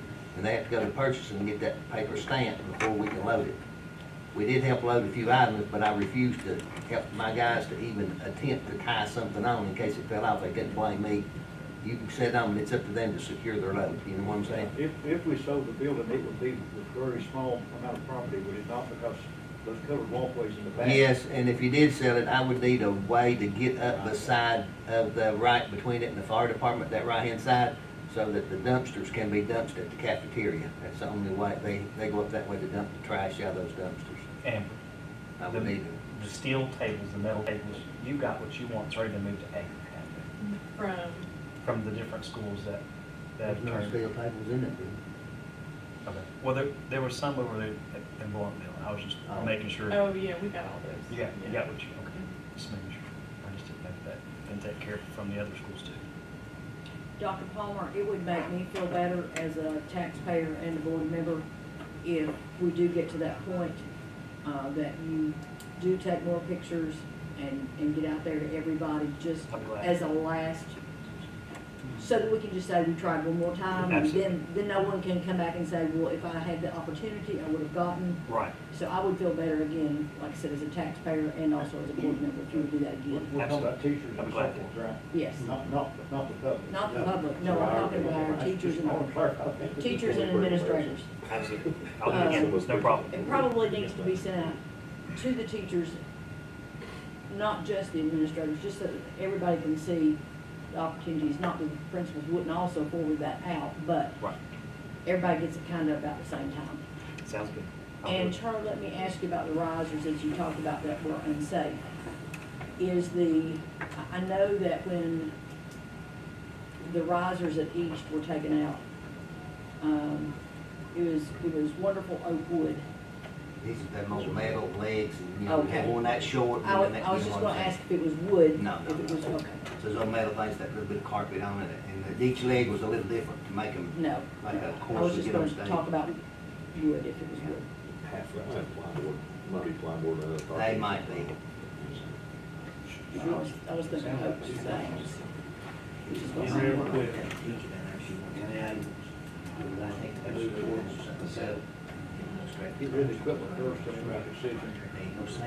So right now, one thing we're gonna look at is no information now about what's in real. What we do to donate. I throw you those around. That's like a surprise. Come back to the idea of safety and, We'll let you have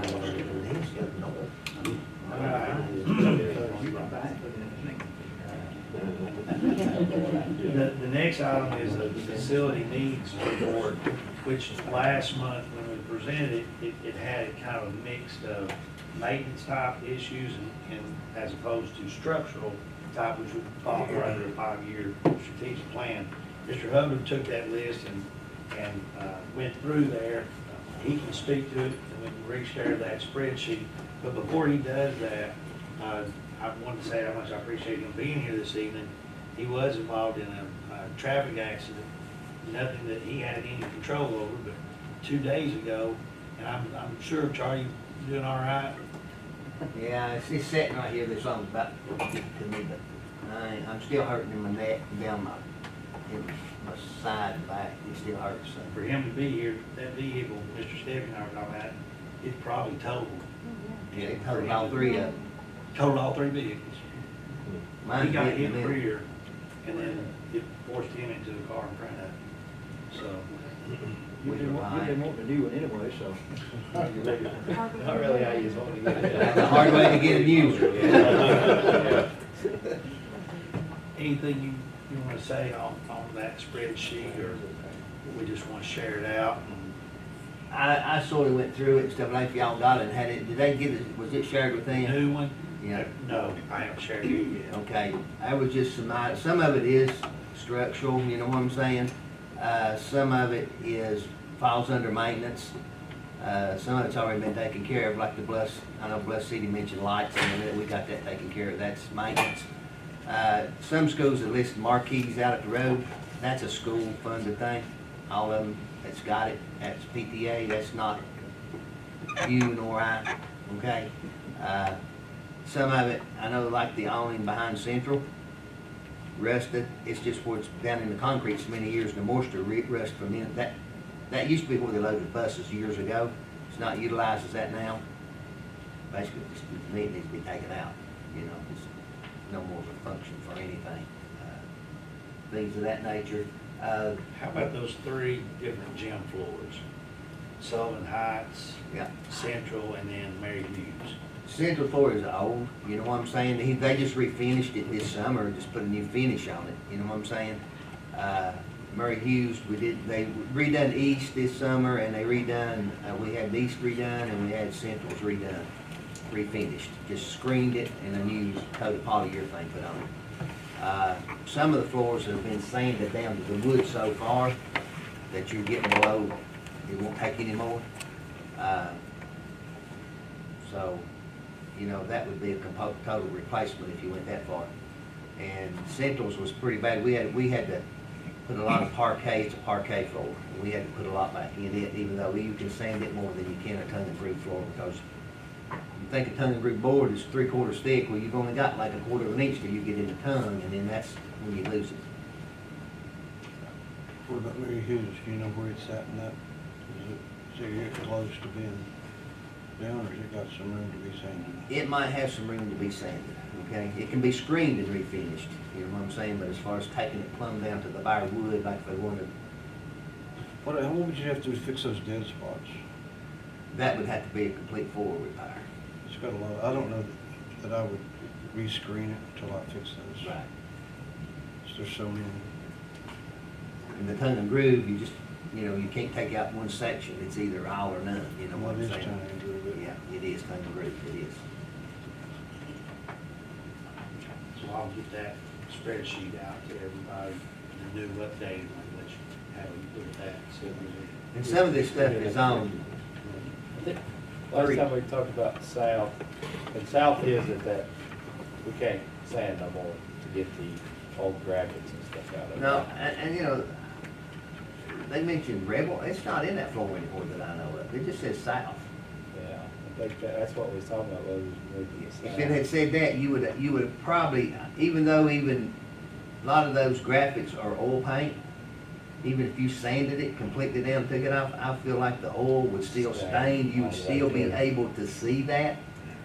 So it would be a total replacement. But I don't recall, I went down there and looked, I don't recall seeing the Rebel in it. This was been a long time ago before we refinished it, you know what I'm saying? I've been out there and watched volleyball, and also I didn't pay attention to south. It just says, that's all it says, that's not on anything, you know? I know the front entrance sign had a logo and we covered it up, you know what I'm saying? All the signs, I think, is about that, all the signs are. It is to the point though, where any more wires gotta be in the floor. That's right. It is. And, you know, you take like, I mean, you know, hold it tongue in cheek, East wanting you, the seats in the middle theater, does that mean all of us are getting fatter or something? I don't know, you know what I'm saying, they're not big enough. You know, there's nothing you can do with that, you know what I'm saying, they're set sizes, you know. So, anyway. And I know a lot of schools want the carpet replaced, it's a process. What's the final word on the south, the old south gym? What's the final word? What has to, I mean, what, are you saying it doesn't need anything? You're not saying that, you are? No, it doesn't, they mentioned there, they said Rebels, it's not, Rebels, you know, we got away from that logo. It's not in the. I think what we said is the signage hadn't been changed. Yeah. And we moved, the center, we've got a big S in the center, which, you know, Sullivan, you know, it still maintains that, you know. And Sullivan's Heights, you know. Well, I But mean, it you know, can't be that- sanded anymore. But we decided as a group to change the name. Yeah. So it's kind of like, you know, change the name, but only if it's convenient. So I'm kind of, at some point, we do need to address that, because it does say south and it's Sullivan Heights. So, I mean, I wasn't a big fan of changing it, but that's neither here nor there, we did. So at that point, I think we need to change it. I mean, I don't know if it's possible, or if it's just cost of, you know, if it's cost prohibitive, it's fine, but I mean, I don't think we should just dismiss it because it does not say the right name of the schools. You know, the color scheme is still pretty close the same, you know what I'm saying? Even though it does have some of the red, crimson red in it, which is, that's not so much part of the All Huskies. these projects that you're talking about, we need to prioritize them as far as what's first. Sure. We can't just pick and choose. The gym floor is gonna be number one. I mean, there's some other things on that list, if I remember correctly, that. Well, it's good that we've got the new list. If we get the new list and take a look at it, that'll be good.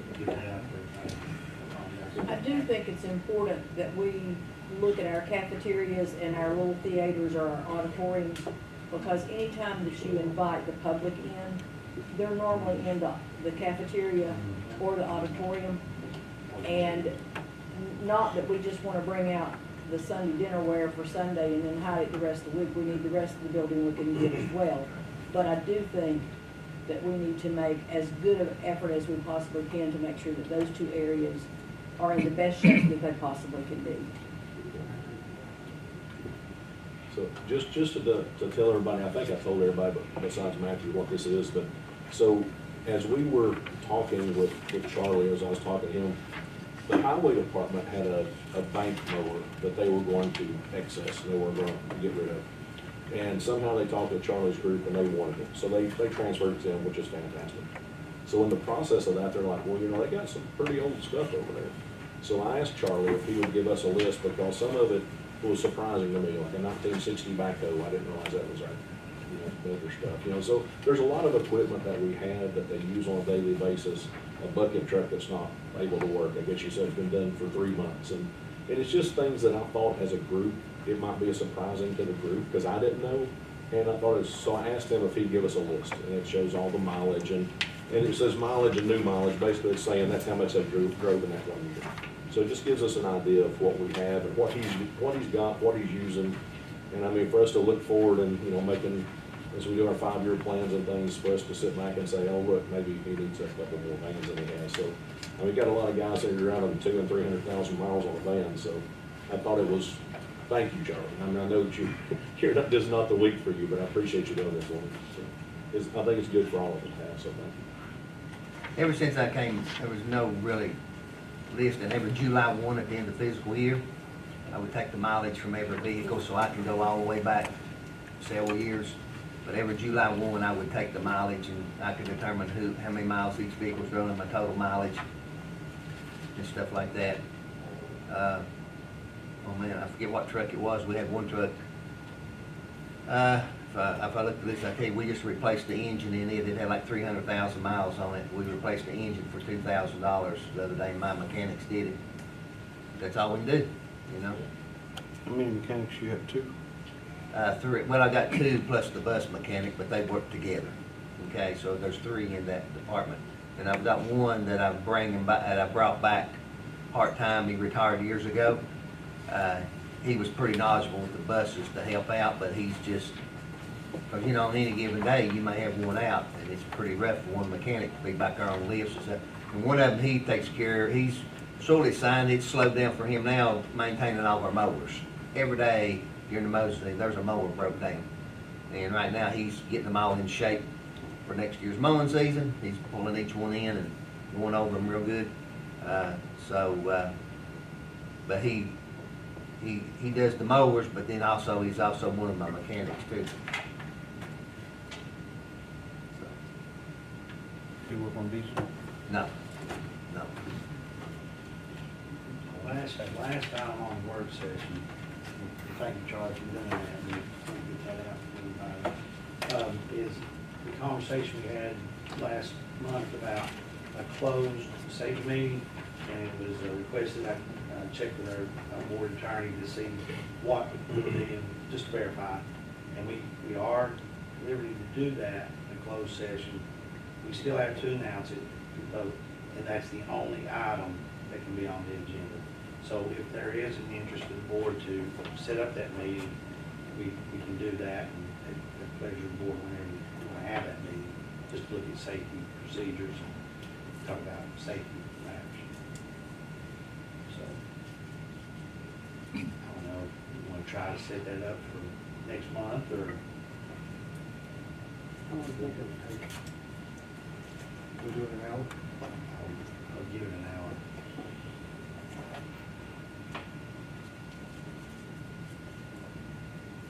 Be good to include the SOR. Right. So, somebody represent me. I'm sure we would. Sure, we've done it before. We did it last year. We've got 11 new people. Yeah. that don't know about a few things that we did, that's,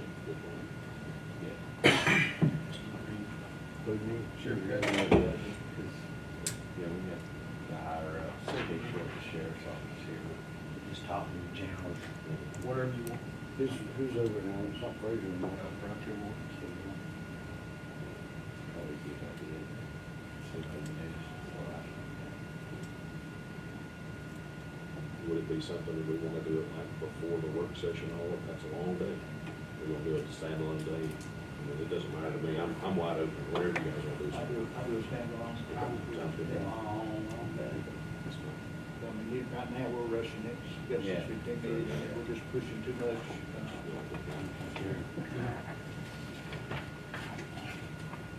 Okay, so standalone meeting, we get a date, and get that out. Moving over to the review of the board agenda, and as Mr. Jones stated, I don't think we'll make it through the whole agenda. There's no way. It's time for the 6:15, isn't it, man? Oh, yeah, because we gotta do that. Just the high marks then, I guess, or Yeah, hit the high marks. The lights. the lights, okay. We did the whole, we did the whole Holston warehouse discussion. No, we didn't. Northeast State is still not giving us an answer, a final answer. So we're facing the insurance company saying, what are you gonna do? You know, we got to hold there, what are we gonna do? So we are gonna have to get an answer, and have some kind of conclusion on what we'll do there. We did the Henry Harbor Road discussion. The lighting, I think the discussion was, do we need to look at the softball field and the baseball field? And it's been determined the softball field is in good shape. So, I'd like to recommend we move forward with the Sullivan East High School lighting project. In conversation, That's to get out, right? it would have to be around $300,000. 315. Right. What was your question? Had to be get out, Move forward with it. We may approve tonight. Oh, so we'll have to, about, we didn't have to get it. All right. We did social gardens. The social media litigation, we briefly touched on that last meeting. The question was, what risk or what cost would it come to us if we make the decision to be a part of that litigation against the social media platforms, Facebook being one of those, TikTok, all those.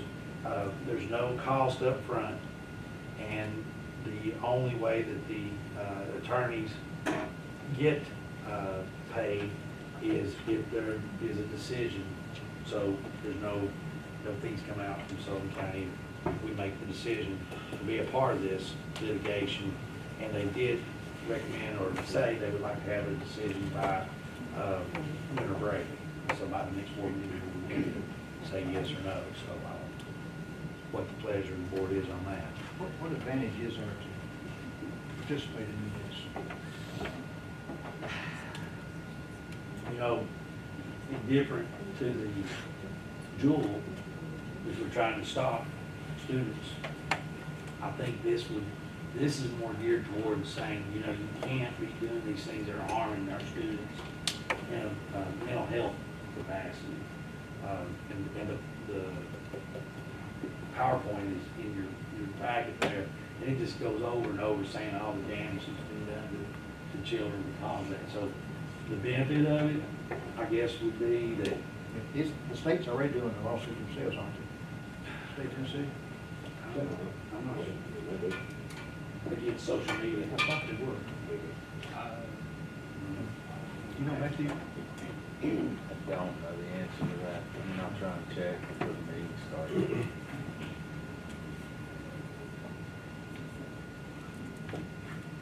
I mean, it probably does drive a lot of what we would define as bullying. I mean, a lot of it's a cycle that is probably leads to a lot of the issues that you see in schools.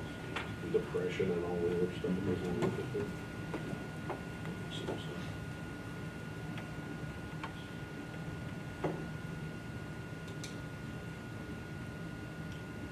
Move forward with it, and we vote, or do we want to?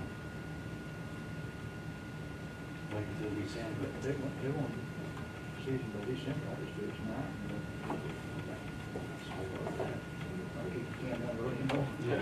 Okay. 6C is a vote for adoption on the second reading of the changes of the school board night being the second Tuesday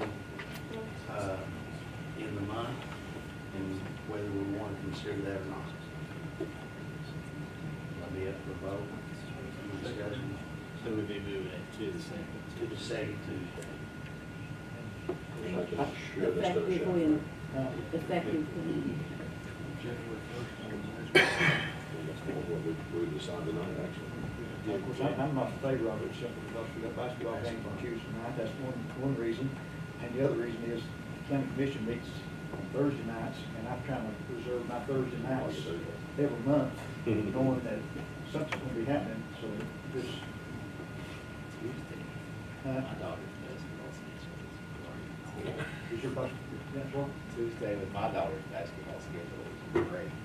So they're not on Tuesday. She's Monday, Thursday, and That's why high school is Tuesday, Friday.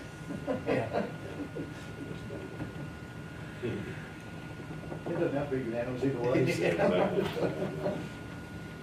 So we will get that vote. That's, yeah, it's up to your second vote. Okay, all right. 7A, vacations and holidays, that's a change in some wording there that basically, Mr. Loesch has brought to say that part-time employees would not be qualified for pay on these days that we're out of school for paid holidays. It's not part-time employees, it's actually substitutes. Substitute. We have very few employees, less than 5, that we call in on an as-needed basis to fill in for somebody. And as that policy read, they qualify to earn the same leave as somebody that's working every single day a year. So it was, just needed a little tweaking because our part-time employees do earn part-time hours, sick hours or whatever, but those substitutes that only come in when they're needed don't need to earn that because I don't know how you could ever allocate it. They may work 10 days this month and none next month, and they may work 20 days the next month. So it'd be so hard to allocate, and Chris McCarty suggested that change to the language, so that's what I recommend. Sorry, part-time does get paid for holidays. They accrue their sick leave just like a full-time employee, but if they're a 4-hour employee, they get 4 hours a month or a day a month. So that would be a request for a waiver of the rules and adoption on first reading for that. And in addition, the next one for the school board legislative involvement, waiver of rules also requested for adoption on first reading. That's just a recommendation from TSBA. Mr. Price, on the legislative liaison, you want to say? Yeah, there'd be one recommendation, or I would ask that we ask Mr. Spade to take that position on behalf of the board. He's the attorney, he's got the legal mind, and he said he would do it. So, yeah. That's just the new name for the TLN. Okay. There's a small second. We do have the board self-evaluations to do that on the other agenda.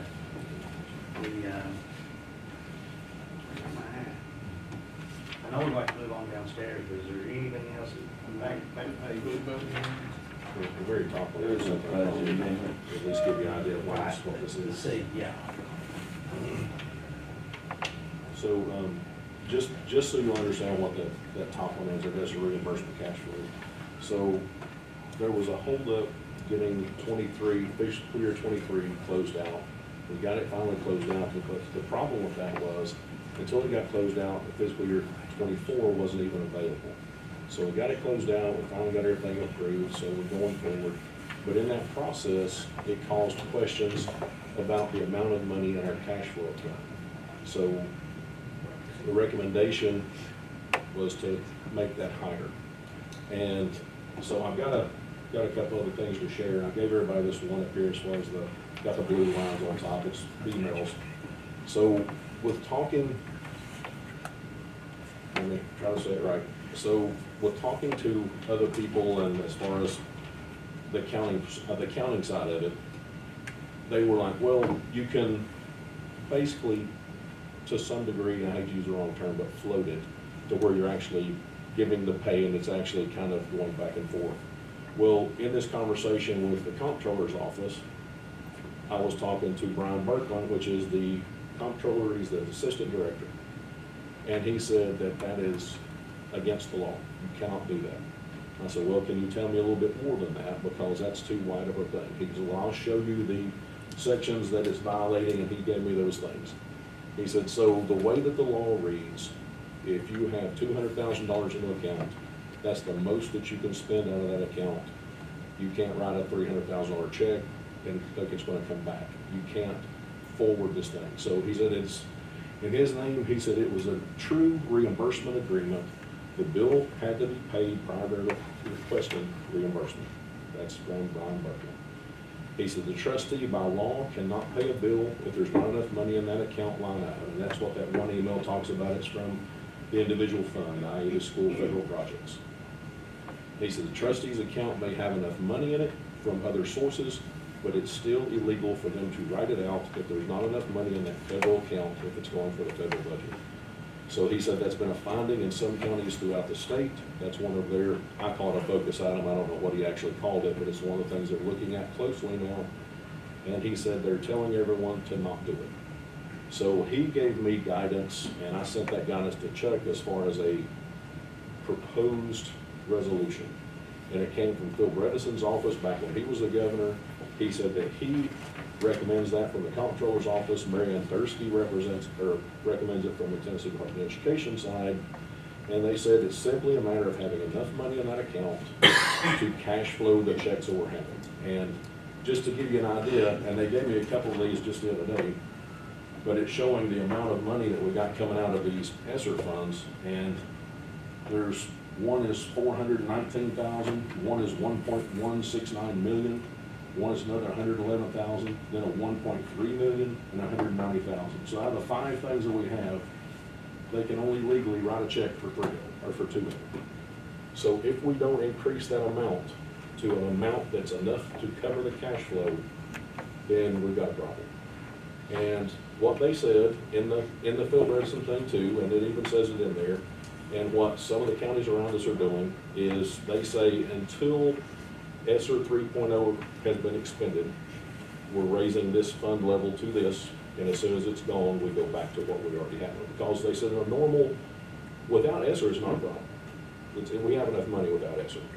But the ESSER money is so big. Like the project at Central is costing us $1.1 to $1.3 million a month. And we can't write those checks now. So this is something that, since we've got people involved now with the comptroller's office, and they say, absolutely not, you cannot do what you're saying, and if that's the case, then you need to stop it. And so I've shared this now with you guys, and has this been discussed at the financial management committee? Well, no. I've only seen a couple of those, so I'm not sure. Well, the financial management is Chuck, Scott Murray, right.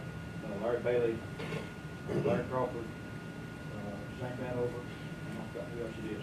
But until it goes to the financial management committee meeting, I don't think we should be having a discussion about. Who brought it to you? Whenever I was talking to the comptroller's office about the fiscal year 23 closing out with the Department of Education. So it was about the federal funds closing out for fiscal 23, and then starting at 24 is what started the whole conversation. And because at that time, these could not be processed because they had to wait till close out 23 to free up the money for 24. So until that happened, they couldn't, and it just started the conversations. I know we're short on time, but right. I would say this. We can talk about it more, but okay. First of all, I think financial committee should come through you, then you sure. can come, and that's the route it has to go. But could we, on a monthly basis, approve, you know, or if we had to meet and approve, and I don't want to set aside, and I think that's what they're asking us, it looks like it, set aside a hunk of money, which I'm going to assume is $2 or $3 million, so that they can, I know what they're after, but I don't want to tie up that kind of money. I wouldn't care to every meeting, or have a meeting and approve what they needed to do to keep things moving slowly, if that's what we're trying to do. But I think, yeah, and I wouldn't, you know, it's okay that you did it, but they should have done it different, and I wouldn't vote on anything until it was recommended or not recommended, and I may vote differently than what you recommended unless I heard from Ingrid and Chuck how it's going to Do we know affect what us. the fund balance is from last year, Doug? Has the fund balance been set from last year? I'm not that I'm aware of. And that's supposed to be done by end of September, isn't it? Yes, I think so. I think that's the deadline. Ingrid, have you heard anything from them? I have not. I do know Miss Bonner was I mean, working on that, and she called Amy to ask about something she had encountered, but I don't get communication about that. Whole purpose was for everything to go through the financial management committee, and wanted to manage it and control it, and Transparency. you know. And it looks like they could expedite it. Maybe the vendor would be a few days later getting the money, but they could expedite these. And if it was a big amount and it was something we could meet, or we could do it, we could have each meeting, we could do it. Could we not? Yeah, 'cause Transfer. if we change our line item, we're changing the budget, and That's right. really reserving some of our fund balance, which we can't use for anything Restricting it. else. We're restricting it. I like your idea. We have to have a monthly meeting to approve bills. Right. Well, that their job. truly is what it's going to have to Well, be, that's- because, I mean, they cannot write the check I understand. without us saying, we're moving money into it. Well, why hasn't this been brought to financial management? Right. Well, mainly because I just now found a lot about it. So I found out today, I got this, you can look at the email. Is there something late now? Is there something late now? Yes. Is that a yes or no? You think so? I'm not sure. I mean, because I know that these other ones we had to wait till after 24 was approved, and I don't know if they've been processed. And there very well may be, I don't know, I can't answer. Let me clarify one thing, I know we're short Yes. on time. You kept saying we. Are you referring to the county and the trustee's office that manages all the money? I'm sorry, for which? You kept saying we. Oh, I'm sorry, I I guess. just meant, were you referring to the Sullivan County and the financial management office? Or No, I'm the trustee? No, I mean, I'm saying that You said we we as a can't county. write the check. That, We as a we're county, at I a school guess. board meeting, so I want to clarify. When you say we, do you mean Sullivan County, not the Sullivan County Board of Education? The trustee cannot write the check. Okay. I mean, that's all I was trying to I'm sorry. clarify. Yeah, I mean, Because this language. as I was trying to hurry, I apologize. Yeah, the language in the statute says if sufficient funds in the treasury, that's referring to the treasury of the trustee's office, Right. not the school No, I agree. board's budget. But the trustee writes all of the Right. county checks. How many checks do we write a year to pay bills? Well, We as a school system. we as a school system currently don't write any checks to Right. pay bills. I'd like to ask a question that's kind of a sidebar to this. I know at one point in time, there was a problem with getting things back from across the street, getting things paid for in a timely manner. We were trying to order things, we couldn't get purchase orders done. Has that gotten any better? I think we could mention benchmarks and say it's not gotten any better. Okay, because would you talk about benchmarks? Just use that as an example and talk about that just for a second, to again, help me understand. From a financial standpoint. I'll tell from the financial standpoint, and he Okay. can tell from the curriculum standpoint, because that's totally out of my wheelhouse. But we get benchmark testing from instructors, is that correct? Instructors. It's called Mastery Which Connect. every other system in the state of Tennessee does to support the TCAP testing and where students are to see. I'm just saying that for everybody else. Right. We use So them the student, so We that we used them know as a last year. teacher where the students are to then work on helping them improve for TCAP time. Correct, Okay. correct. So we used them last year, but this year we decided to take that out of ESSER 3.0. Right? When we did that funding decision, that put it into federal regulations. So that would require us to go through different standards for bidding. We thought we could piggyback off the city of Kingsport. I believe it's city of Kingsport money. When Michelle Ramey got it, she realized the city of Kingsport did not put a clause in that she could piggyback off of that bid. So that required us to have to take this out to bid. There's more than one vendor that provides benchmark testing. And even if they had been a sole source provider, we still couldn't have done that because federal regulations say you can't. So that put it out to bid, which put it, you know, it could be up to a month. But for some reason, that didn't get put on the front burner when we started this school year. And it didn't get put out to bid till end of September, 1st of October, somewhere around in there. And we didn't open those bids until, yeah, it's right at 2 weeks ago we did that. So as soon as those bids were opened, the next day we were asking, can we have a bid tab? Michelle Ramey sent over the big packets that have to be evaluated by our evaluation committee. So Dr. Palmer, Ms. Nestor, Ms. Buckles, they all went immediately. I took them to Holston. We were in a principal's meeting, took them to Holston. They sat down, they did it. The next morning we had it to her office by 8 o'clock. That was on the 18th, somewhere around in there. That was a Friday. We have still yet not gotten an agreement signed with Instructure so we can provide benchmark testing. Now that sounds bad, but we've already missed the first round of benchmark testing and we're being scheduled to miss the second round of benchmark testing as far as I'm concerned. That's right. I think I've got that right. So this process has complicated things a whole lot. Now, I'm not saying that purchasing has complicated it, but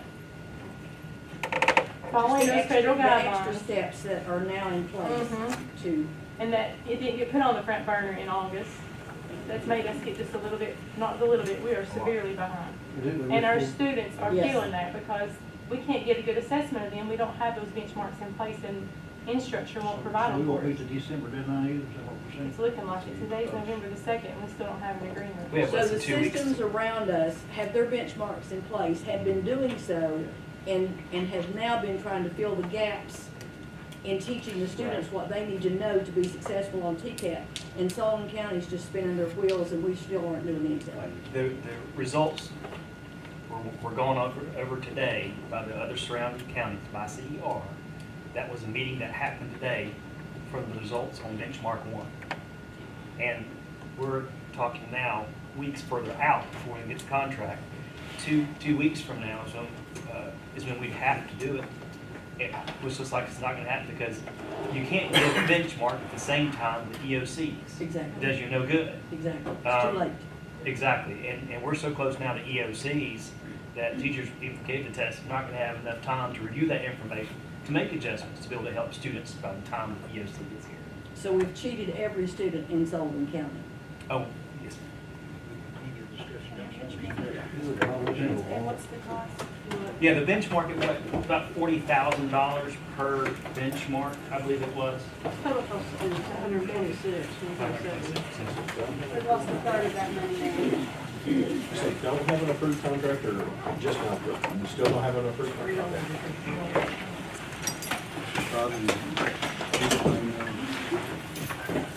Good morning.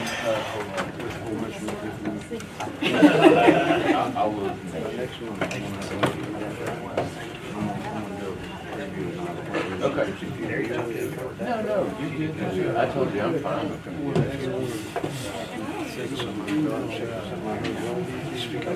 Okay. Yeah, you took it wasn't like today, like it was sent like a week ago. Yeah, I got it. Oh, okay.